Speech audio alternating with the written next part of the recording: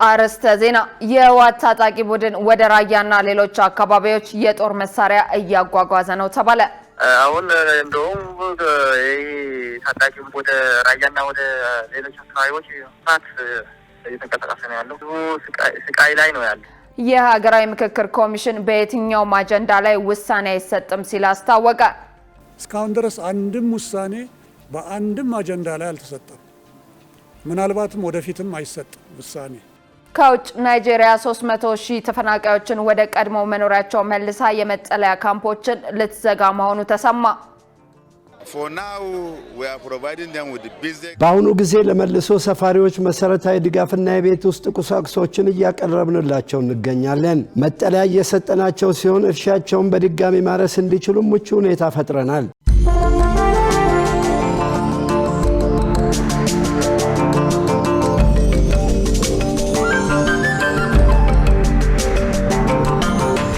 ጤና ክቡራን ተመልካቾቻችን ከኢሳት ነጻ የህዝብ ሚዲያ የሰዓቱን ዜና ይዘን ቀርበናል። ከዘገባዎቹ ጋር ትዕግስት ተስፋዬ፣ በምልክት ቋንቋው ዳዊት ጎሳዬ አብሮን ይቆያል። አብራችሁን ነው።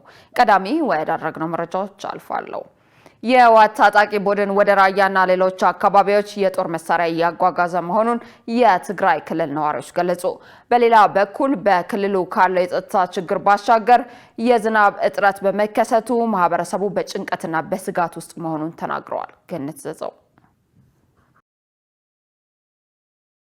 በምርጫ ቦርድ ህጋዊ ሰውነቱን ያጣው ህወሓት በህገወጥ መንገድ ስልጣን ከያዘ ወዲህ በክልሉ የሚያደርሰው የሰብአዊ መብት ጥሰት እጅግ አሳሳቢ ደረጃ ላይ መድረሱን የክልሉ ነዋሪዎች ይገልጻሉ።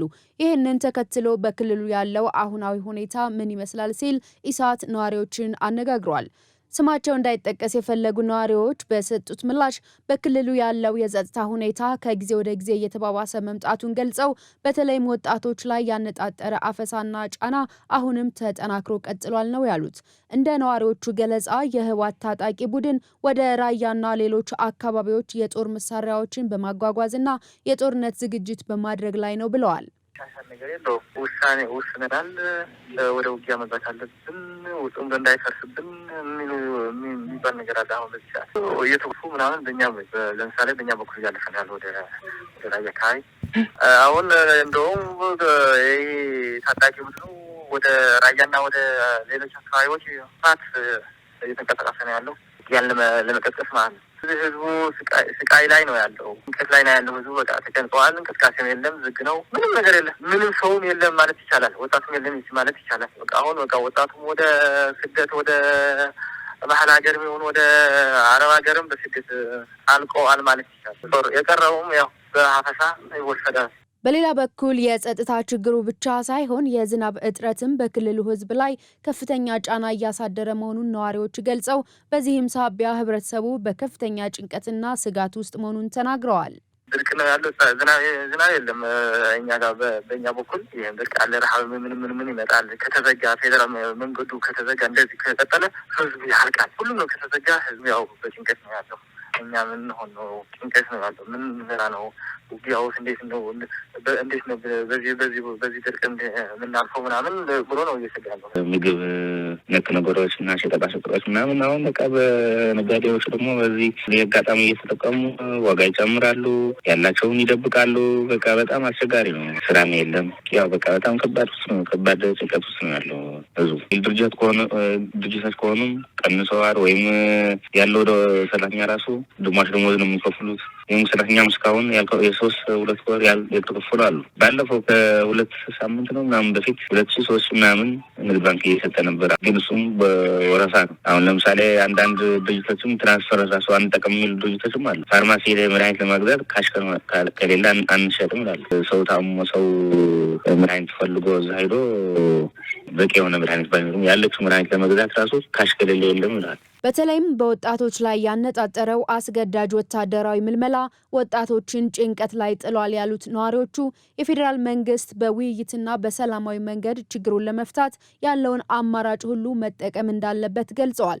ሆኖም የህወሓት ቡድን የሰላም ጥረቱን በመገዳደር ወደ ጦርነት ማምራቱን ከቀጠለ መንግስት አስፈላጊውን እርምጃ መውሰድ እንዳለበትም አስገንዝበዋል። ፌደራል መንግስት ማድረግ ያለበት ወይም ተደራድረው ክልል ሰላም ማድረግ ያለበት ወይም በኃይልም ገብቶ ሰላም ክልል ሰላም ማድረግ ያለበት ዳይ ነው። ከሁለቱም ነው አማራጭ። ወይም ህወሓት ነው ብሎ እውቅና ይስጠውና ህዝቡ ትንሽ ይላል ወይም በጉልበቱ ገብቶ ክልል ነው አገሩ ነው ደንበር ያስከብር። ይሄ ነው እኮ አሁን ነው ህዝቡ ሲቸገሩት ያለው እኮ ነው።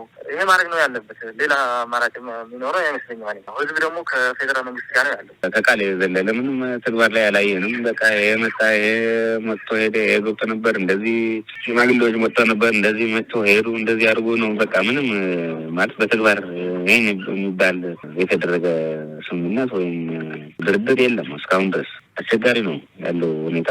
የዓለም መንግስታት በአስቸኳይ ገብተው አንድ ነገር ቢያደርጉ። በተያያዘ ዜና ህወሓት በሀገራዊ ምክክሩ የማይሳተፈው የኢትዮጵያዊነት ወኔ ስለሌለው ነው ተባለ። በሌላ በኩል የትግራይን ክልል ጨምሮ በሌሎች አካባቢዎች ሰላም ለማስፈን የምክክሩ ሚና ከፍተኛ መሆኑን ተሳታፊዎቹ ገልጸዋል። መሳይ ገዛኸኝ ተጨማሪ አላት። የሀገራዊ ምክክሩ ለኢትዮጵያ ሰላምና ለውጥ የሚያመጣ በመሆኑ አሁንም በጦርነት ስጋት ውስጥ ያሉ ክልሎችን ወደ ሰላም ለመመለስ ምክክሩ ከፍተኛ ሚና እንዳለው ተሳታፊዎች እየገለጹ ነው። በሀገራዊ ምክክሩ የትግራይን ክልል ወክለው በጉባኤው ተሳትፎ እያደረጉ ያሉ ተመካካሪዎች የውክልናቸው ጉዳይ ላይ የሚነሱ ቅሬታዎች እንዳሉ ገልጸው በክልሉ በኩል ያለውን ተቃውሞ አንስተዋል። በስነ ስርዓት ከወረዳ ተመልምሎ ተለይቶ ወደ ሀገራዊ ምክክር ኮሚሽን እንዲሳተፍ እድል ያገኝና ቶታሊ ኢትዮጵያዊነትን መንፈስ ያለው ኢትዮጵያዊነትን ወኔ ያለው ሰው እያሳደዱ ነው የሚውሉት። ይሄ መላው የኢትዮጵያ ሕዝብ አንደርስታንድ ማድረግ ያለበት። ስለዚህ ይሄ ምክክር ኮሚሽን የነሱን ሚሽን ስለማያሳካ ሰላም ስለሚያመጣ እነሱ እንደገና በጦርነት በግጭት መኖር ስለሚፈልጉ ሁሌ ኳልኩሌት የሚያደርጉት የራሳቸው አድቫንቴጅ ስለሆነ ሁሉ ጊዜ ለተቀን ይሄን ሀገራዊ ምክክር ኮሚሽን ጥላሸት የመቅባት ስራ ከመጀመሪያው ተያይዘውታል። መላላች የሚቀረው ሁለት ነገር ብቻ ነው። አንድ ከክልሉ በመንግስት በኩል ተወክሎ መምጣት የነበረባቸው ሰዎች አልመጡም። ሁለተኛ የክልል ትግራይ የሃይማኖት ተወካዮችም አልመጡም። ከዛ በኋላ ግን ተቃዋሚ ፓርቲ አለ፣ ሲቪኩ አለ፣ ተጽዕኖ ፈጣሪ አለ፣ አዲስ አበባ ነዋሪ የትግራይ ተወላጅ አለ። ይቺ ሀገር እኮ የሁላችን ናት፣ የግለሰብ እኮ አይደለችም። እኛም እኮ መብት አለን መሰለኝ። አሁን እኮ ስለ ክልል እያወራን አይደለም እንዴ? ስለ ክልል ካወራንማ ክልል ጋር እንነጋገርም እንዴ? ስለ ኢትዮጵያ ነው የምንመካከረውና ኢትዮጵያ እየመከረች ነው። ትግራይ ደግሞ አንዱን የኢትዮጵያ አካል ናት። እኔ ኢትዮጵያዊ ሳልሆን ደግሞ ማንም ኢትዮጵያዊ መሆን አይችልም። ሲጀመር ይቅርታ አድርግልኝ፣ ይሄ ስሜታዊ ሊሆን ይችላል። ከጉባኤው መጠናቀቅ በኋላ ሰላምን ለመመለስ ሰፊ እድል ይኖራል የሚሉት ተሳታፊዎች ለዚህም ምክክሩ ዋነኛ ቁልፍ ይሆናል ብለው እንደሚያምኑ ገልጸዋል። በምክክር ግን ፍላጎትን ቀንሰ ወደ አንድ ትመጣለህ። ምክክር ኳዝ አይደለም። አሁን እኮ ያለ ክርክር እኮ አይደለም የያዝ ነው፣ ምክክር ነው። አሁንም የትግራይ ህዝብ ሐቂቃ እንደ ማህበረሰብ ስለማይጠየቅ ነው እንጂ ቶታሊ ብትጠይቅ ጦርነት ፌዳል በጣም ከጦርነት ያገኘው ነገር የለም። ደቀቀ እኮ ከዚህ በላይ ምን ፈልግ። ይሄ ደግሞ ሁሉም ተነስተዋል። ለምሳሌ የምክክር ኮሚሽኑ 8 አጀንዳ አይደል ያለው፣ በየአጀንዳው እየተነሳ ነው ያለው። ግን አንዳንዴ ጦርነት ይቅር ብለህ በወሬ ብቻ የሚቀር አይደለም ማለት አንደኛው እምቢ ካለ የሚያስቀርበት ህግ ሌላ ጉዳይ ስለሚኖር እሱ የመንግስት ጉዳይ ነው የሚሆነው። ምክክሩ ላይ ግን ስለ ስደተኞችም ተነስተዋል። ስለ የትግራይ ህዝብም ያለበት ችግርና መከራ ተነስተዋል። ያልተነሳ ነገር ያለ መፍትሄ ይገኛል ብዬ ተስፋ አደርጋለሁ። ይሄን ሲቹዌሽን ይሄን ችግር መላው የኢትዮጵያ ህዝብ ተረድቶ የዛ ክልል ችግር ሆኖም ስለማይቀር የሁሉም ኢትዮጵያ ርብርብም ስለሚያስፈልግ ይሄን ምክክር ኮሚሽን ዋነኛ ቁልፍ ነው። ምክንያቱ ምክክር ስለሌለ ነው ከዚህ በፊት ተረጋጋሚ ጦርነት ውስጥ የገባ ነው። ከዚህ በፊት ዲስከሽን ተፈጥሮ ቢሆን ኖሮ ከዚህ በፊት ምክክር ተፈጥሮ ቢሆን ኖሮ ህዝብ ለህዝብ ተገናኝቶ ስለ ሀገሩ፣ ስለ ህዝቡ፣ ስለ ልማት፣ ስለ ዲሞክራሲ ተገናኝቶ መክሮ ቢሆን ኖሮ እርግጠኛ ነኝ ጦርነት አይነሳም ነበርና በዋናነት እነዚህ በጦርነት አፋፍ ላይ ያሉ ህዝቦች ማለት ጦርነት በላያቸው ላይ ያንሳፈፈ በዋናነት ቁጥር አንድ ተጠቂ የሆኑ ህዝቦች እንደነ ትግራይ ከዛ አልፎ ደግሞ አማራ ክልል ከዛም በመላው አንዳንድ የተወሰኑ የኦሮሚያ ክልሎች አልፎ አልፎ ይሄ ሰላም እንትን የሚመስሉ ምልክቶች አሉና እሱን አጠቃላይ የሚፈታበት ሂደት ይሄን የምክክር ኮሚሽን ነው ብዬ ነው የማስበው። ህወሓት በሀገራዊ ምክክሩ የማይሳተፈው የኢትዮጵያዊነት ወኔ ስለሌለው ነው የሚሉት የትግራይ ክልል ተወካይ ኃይለ ሂሮስ ራዳኢ ክልሉ ሰላም እንዳይሆን የትግራይ ህዝብ የውክልና ጥያቄ ላይ ቅሬታ እንዲያነሳ ህወሓት እየሰራ መሆኑን አመልክተዋል። ህወሓት እዚህ መጥቶ የማይመክርበት ሁኔታ አንዴና አንዴ የኢትዮጵያዊነትን ወኔ ስለሌለው ነው። እዚ ላይ መሳተፍ ማይፈልጉ እዚም የሚሳተፍ እንደገና የተለያየ አጀክቲቭ የሚያወጣበት ለዝነውና ጠቅለል ያለ መልኩ ግን ይሄን ሀገራዊ ምክክር ኮሚሽን እንዳይሳካ የትግራይ ህዝብ እንደገና በተሳሳተ ኢሜጅ እንዲይዝ እኔ ያልወከልኩትን ሰው ለኔ የማይሆነኝ ሰው ብሎ የተሳሳተ ኢሜጅ እንዲይዝ ነው እንጂ ቁጥር 1 ደስተኛ የሚሆነው የትግራይ ህዝብ ነው። ምክንያቱም ሰላም ነው የምፈልገው። እኔ ስለ ህዝቤ መጥቼ ስለ ሰላም እዚህ ከተመካከርኩ መላው ኢትዮጵያውያን ከኔ ጎን አብረን ከመከርን የትግራይ ህዝብ ብቻ አይደለም የትግራይ ችግር የሚፈታው። በትግራይ ክልል ያለው የጦርነት ስጋት ህዝቡ ከተቃወመ ጦርነት ይብቃኝ ካለ ዳግም አይቀሰቀስም ያሉት የክልሉ ተወካይ አደም መሐመድ ከህዝብ ድጋፍ ካላገኘ ህወሓት አቅም አይኖረውም ብለዋል። እኛም ህወሓት ከሌሎች ሀገራት ጋር የፈጠረው ስምምነትና ወጣቱን በጉልበት እንዲታጠቅ በሚያደርግበት ሁኔታ ውስጥ ህዝቡ አቅም ኖሮት መከላከል ይችላል ወይ ስንል ላቀረብነው ጥያቄ ጉልበቱ የሚቀር ይመስለኛል። አሁን ረጅም አይሄድም። ምን መሰለሽ አንድ ጦርነት የሚያስቀጥለው የህዝብ ደጋፍ ሲኖር ነው አይደል? ህዝብ ደጋፊ ሲሆን ከኋላ ከጀርባ ሆኖ አንድ ጦርነት ዝም ብሎ አይደም እኮ መከላከያ ያስፈልጋል አይደል? ኢኮኖሚ ያስፈልጋል፣ የህዝብ ድጋፍም ያስፈልጋል። አሁን ጦርነቱ መሳሪያና ህዝብ የሚዋጋ ማህበረሰብ ስለያዝክ አታሸንፍ። በቃ አሁን የሚመጣው ከህዝቡ ነው። አሁን ከውስጥ እየተነሳ አይደለ? የሆነ ትግል እኮ የሚጀምረው ከውስጥ ነው። ከውጭ ነው ብንጮህ ምንም ትርጉም አይኖረውም። ህዝቡ ደግሞ ስለማይፈልገው ለሚዲያ ትሩፋት ካልሆነ በስተቀር እኔ ካሁን በኋላ ተነስቶ ሌላ ችግር ይፈጠራል ብዬ አላምን። አሁን ካሁን በፊት ለመዋጋት አቅም እንዳለው ለመቃወምም አቅም አለ። የኢትዮጵያ ሀገራዊ ምክክር ጉባኤ ላለፉት 3 ሳምንታት ሲካሄድ ቆይቶ ከዛሬ ጀምሮ በወሳኝ ምዕራፍ ላይ ሊወያይ መሆኑ ይታወቃል። የሀገራዊ ምክክር ኮሚሽን በየትኛውም አጀንዳ ላይ ውሳኔ አይሰጥም ሲል አስታወቀ። ኮሚሽኑ የምክክር ሂደቱን አስመልክቶ ለመገናኛ ብዙሃን ጋዜጣዊ መግለጫ ሰጥቷል። የዚህን ዜና ዝርዝር ሰላማዊት ሙልጌታ እንደሚከተለው ታቀርበዋለች። ተመካካሪዎች 500 አባላት ባሉት ቡድን ተጠናክሮ የሚቀርብላቸውን የአጀንዳ ሀሳቦች ገምግመው በሚቀጥሉት 2 ቀናት ወደ ጠቅላላ ምክክሩ እንደሚቀርቡ ኮሚሽኑ አስታውቋል። የኮሚሽኑ ዋና ኮሚሽነር ፕሮፌሰር መስፍን አርአያ በዚህ ወቅት ከምክክሩ ሀሳብ ውጪ በአጀንዳዎች ላይ ውሳኔ ተሰጥቷል የሚሉ መረጃዎች ሐሰተኛ ናቸው ያሉ ሲሆን በየትኛውም አጀንዳ ላይ ውሳኔ እንደማይሰጥ ተናግረዋል። እዚህ በአሁኑ ሰዓት ውሳኔዎች እየወሰንን አይደለም። እስካሁን ድረስ አንድም ውሳኔ በአንድም አጀንዳ ላይ አልተሰጠም። ምናልባትም ወደፊትም አይሰጥም። ውሳኔ የሚሰጠው ምንድነው? ምክረ ሀሳብ ነው።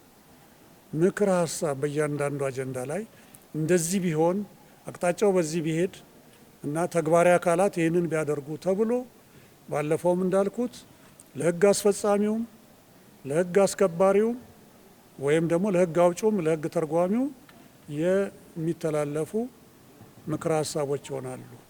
ለፖለቲካ ፓርቲዎች የሚሰጡ ምክረ ሀሳቦች ይኖሩናል።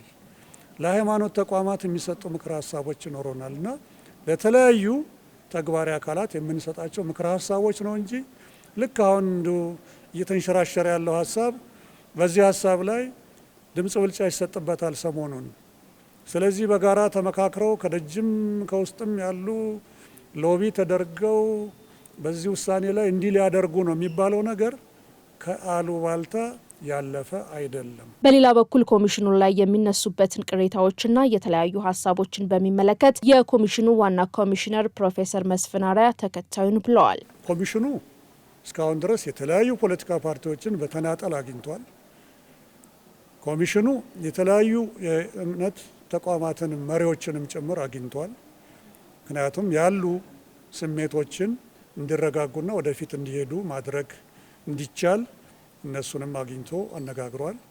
ብዙዎቹ ደግሞ ፖለቲካ ፓርቲዎችም ሆነ የሃይማኖት ተቋማት መሪዎች ትልቅ ድጋፍ እየሰጡ ነው ያሉት እስካሁን ድረስ።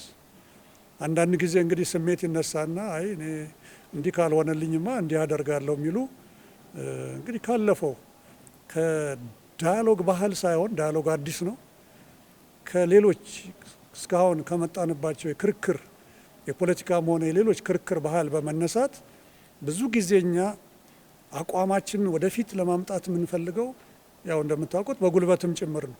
በዚህ ሂደት ውስጥ አልፎ አልፎ የሚያጋጥሙ ነገሮች አሉ። ግን እስካሁን እንደው በውጪ ይሰማል እንደሚባለው ምንም ያጋጠመን ይሄ ነገር አያስፈልገኝ የሚል ነገር አላጋጠመም። ሐምሌ 8 ቀን የተጀመረው የኢትዮጵያ ሀገራዊ ምክክር ጉባኤ አሁን ላይ ተበትነው የነበሩ ሀሳቦችን ወደ አንድ የማሰባሰብ ሂደት ላይ ደርሷል ተብሏል።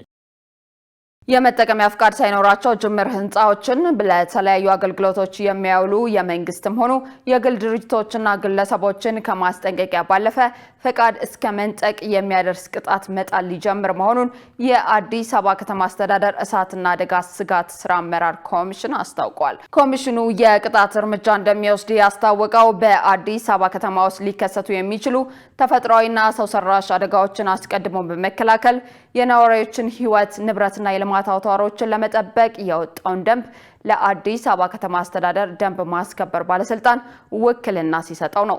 በአዲስ አበባ ከተማ አስተዳደር አስፈጻሚ አካላት እንደገና ለማደራጀት በወጣው አዋጅ መሰረት ለስራ ቅልጥፍና ሲባል ውክልና የተሰጠው የአዲስ አበባ ከተማ አስተዳደር ደንብ ማስከበር ባለስልጣን ዋና ስራ አስኪያጅ ሻለቃ ዘሪሁን ተፈራ በከተማ አስተዳደር ውስጥ የሚገኘው ማንኛውም ግለሰብ የመንግስትም ሆነ የግል ድርጅት ሊያሟላቸው የሚገቡ መመሪያዎችና የተከለከሉ ድርጊቶችን በተመለከተ ገለጻ አድርገዋል። በዚህም የእሳት ደህንነት መመሪያዎችን ያላሟላ ነባር ህንጻ ባለቤት የሆነ ሰው መመሪያዎችን የማሟላት ግዴታ እንዳለበት፣ ማንኛውም ጅምር ህንጻ ከሚመለከተው አካል የመጠቀሚያ ፍቃድ ሳይኖረው በከፊልም ሆነ ሙሉ በሙሉ ለማንኛውም አገልግሎት መዋል የተከለከለ መሆኑንና ይህንን በሚያደርጉ ላይ በመመሪያው መሰረት ቅጣት እንደሚጣል ገልጸዋል። ሐሰተኛ የተጭበረበረ የእሳት ማጥፊያ ደውል ማሰማት ወይም ሐሰተኛ ድንገተኛ አደጋ መቆጣጠሪያ ድምጽ ማሰማት፣ ለአደጋ መቆጣጠሪያና ለድንገተኛ ሕክምና አገልግሎት የተዘጋ ማንኛውም መሳሪያና ተሽከርካሪ ለሌላ አገልግሎት መዋል ክልክል መሆኑን አስረድተዋል። ዘገባው የሪፖርተር ጋዜጣ ነው።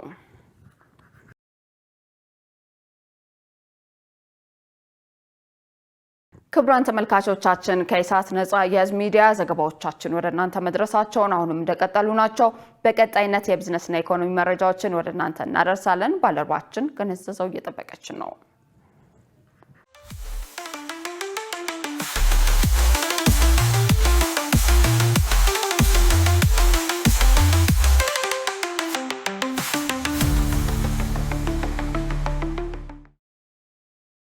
ሰላም ጤና ይስጥልን የተከበራችሁ ተመልካቾቻችን ከኢሳት ነጻ የህዝብ ሚዲያ ለዕለቱ ያዘጋጀናቸውን የቢዝነስና የኢኮኖሚ መረጃዎችን ወደ እናንተ እናቀርባለን። ከዘገባዎቹ ጋር ገነት ዘዘው ነኝ። አብራችሁን ቆዩ።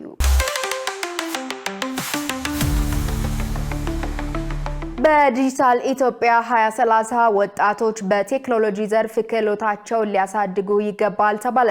የኢትዮጵያ ወጣቶች የ5 ሚሊዮን ኮደሮች ኢኒሼቲቭን የክረምቱ ወቅት ከመጠናቀቁ በፊት ወደ 7 ሚሊዮን ለማድረስ የተደረገው ሀገራዊ ጥሪ በጠቅላይ ሚኒስትር ጽሕፈት ቤት አስተናጋጅነት የልምድ ልውውጥ መርሃ ግብር ተካሂዷል።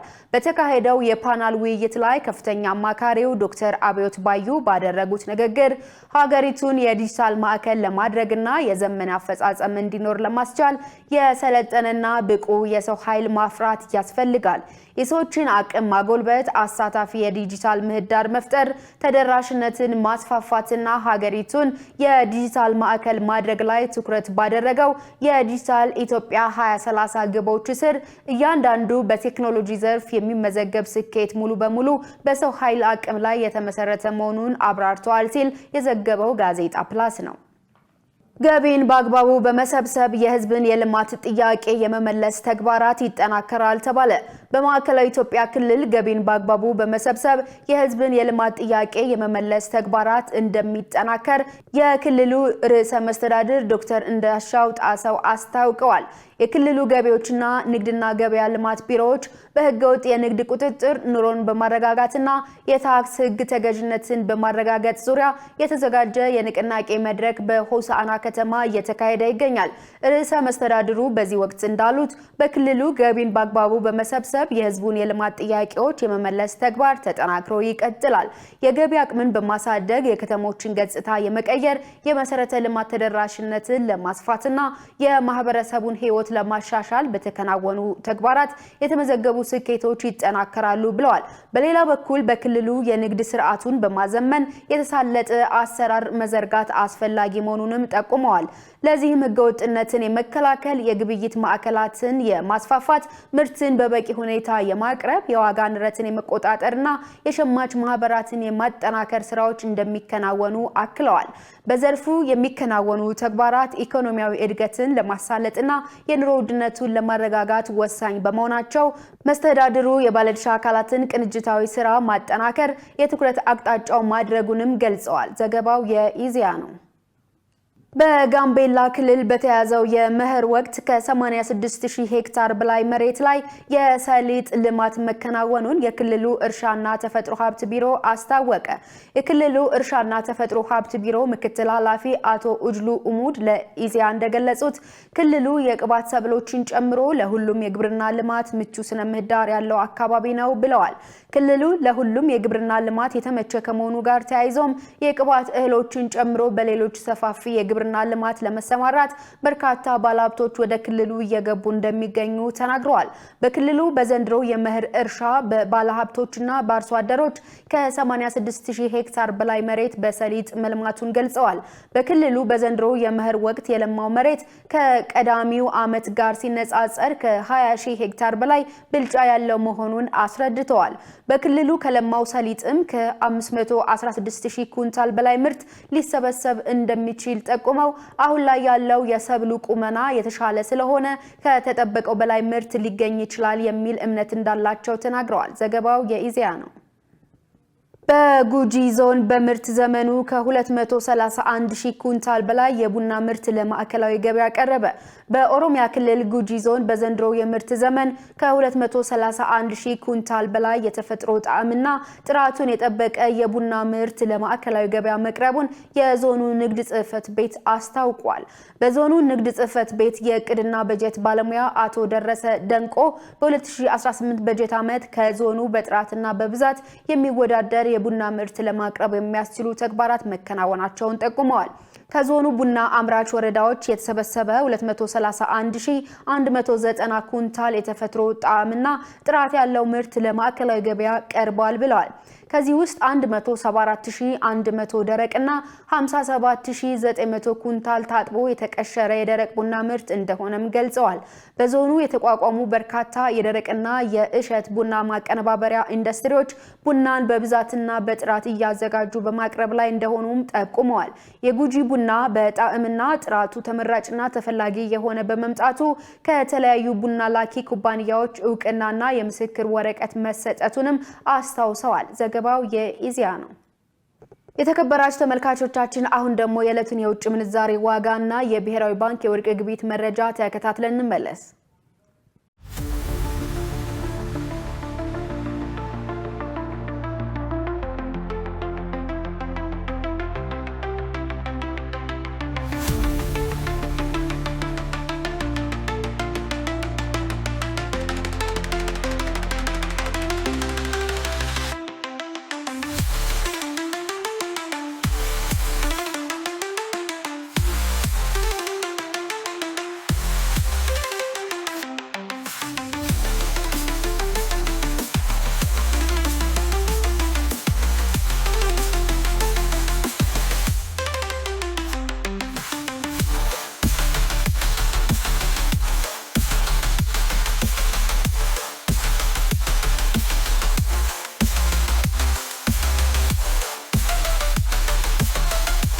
ተመልካቾቻችን ለዕለቱ ያዝናቸው የቢዝነስና የኢኮኖሚ መረጃዎች በዚሁ ተጠናቀዋል። ወደ ቀጣይ ዜና ላሳልፋችሁ።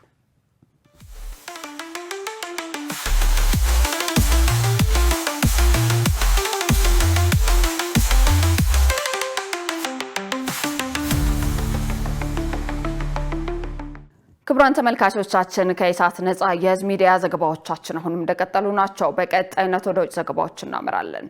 ናይጄሪያ 300,000 ተፈናቃዮችን ወደ ቀድሞ መኖሪያቸው ለመመለስና መጠለያ ካምፖችን ለመዝጋት መወሰኗ ተሰማ።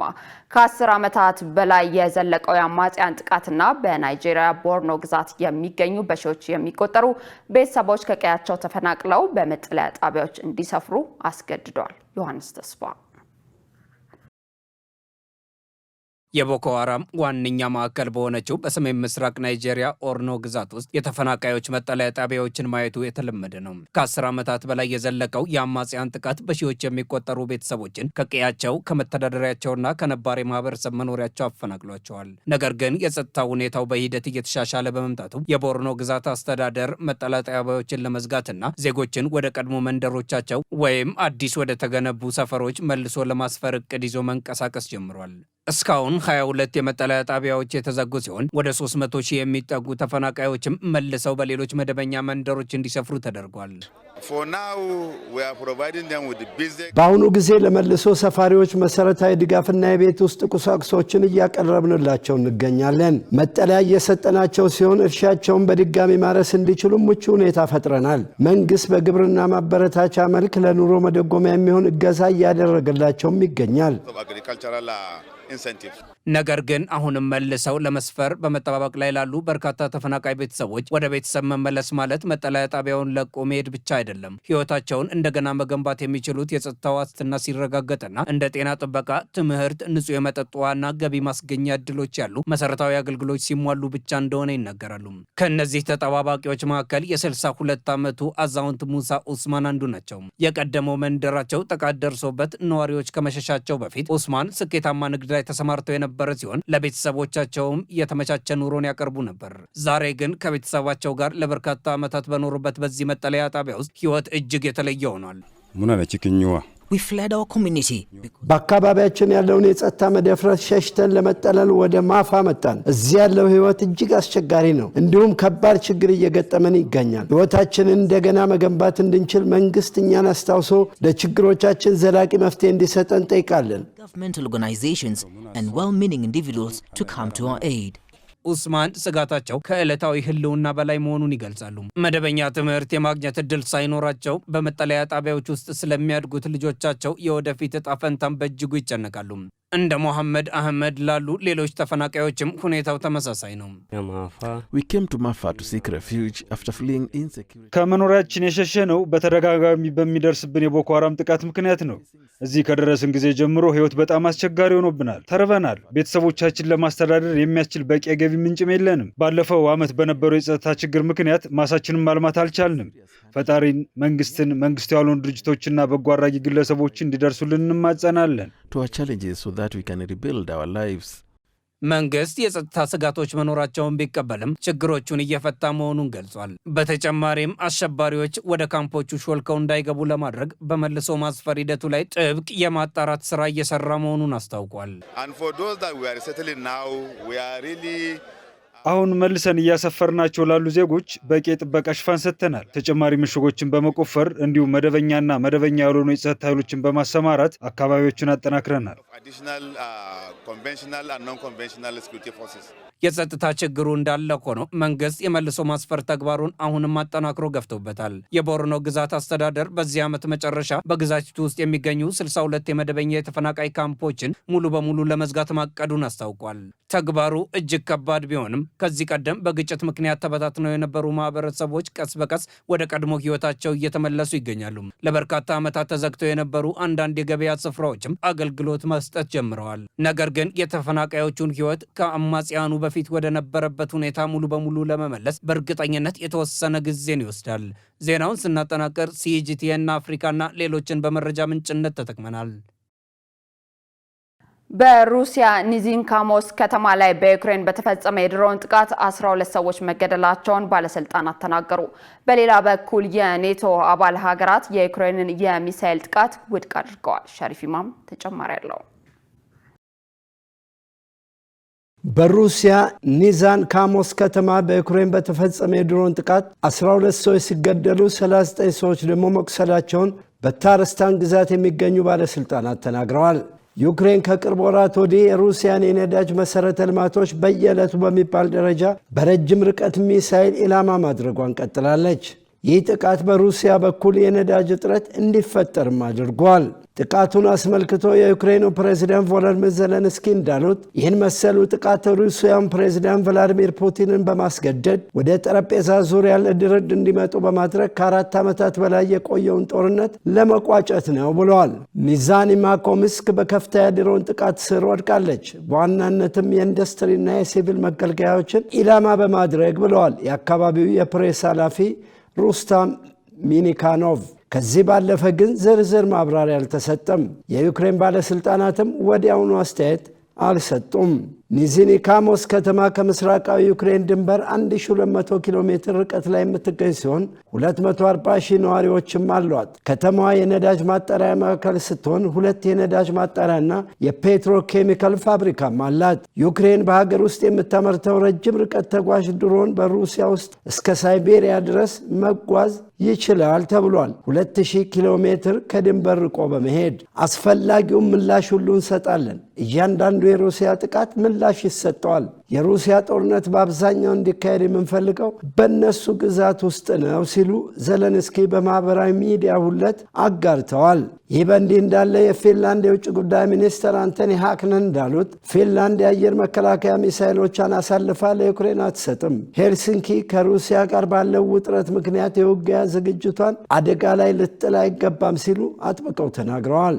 ሃካነን ኢልታሳኖማን ለተሰኘ የፊንላንድ ጋዜጣ እንደነገሩት መጪው ክረምት ለኔቶም ሆነ ለዩክሬን አስቸጋሪ እንደሚሆን ገልጸው ሞስኮ እንደገና የዩክሬንን የኤነርጂ መሰረተ ልማቶች በአዲስ የሚሳይልና የድሮን ጥቃቶች ኢላማ ልታደርግ ትችላለች ብለዋል። ሩሲያ ወታደራዊ የሆኑ መሰረተ ልማቶችና ሎጂስቲኮች ላይ ጥቃት መፈጸሟን ተከትሎ የዩክሬን የአየር መከላከያ ሚሳይሎች እንዲሰጧት ይበልጡም ደግሞ ዩናይትድ ስቴትስ ሰራሽ ፓትሪዮት መከላከያ እንዲሆን ስትማጸን ነበር። በዚህ ወር መግቢያ ላይ የዩክሬኑ ፕሬዝዳንት ቮሎዲሚር ዜሌንስኪ እንዳመኑት ዩክሬን የሩሲያን ባለስቲክ ሚሳይል መጥቶ ለመጣል ስትታገል ነበር።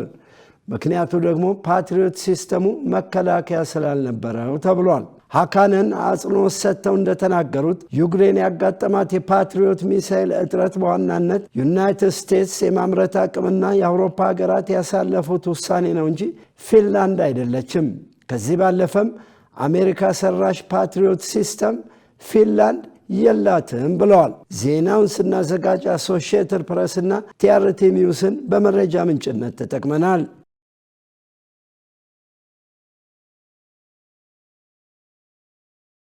ክቡራን ተመልካቾቻችን ከኢሳት ነጻ የህዝብ ሚዲያ ዘገባዎቻችን ወደ እናንተ መድረሳቸውን አሁንም እንደቀጠሉ ናቸው። በቀጣይነት ስፖርታዊ መረጃዎችን ወደ እናንተ እናደርሳለን። ባልደረባችን ሙሉቀን ሰለሞን እየጠበቀን ነው። ለጤንነት ለምት ለወዳጅነት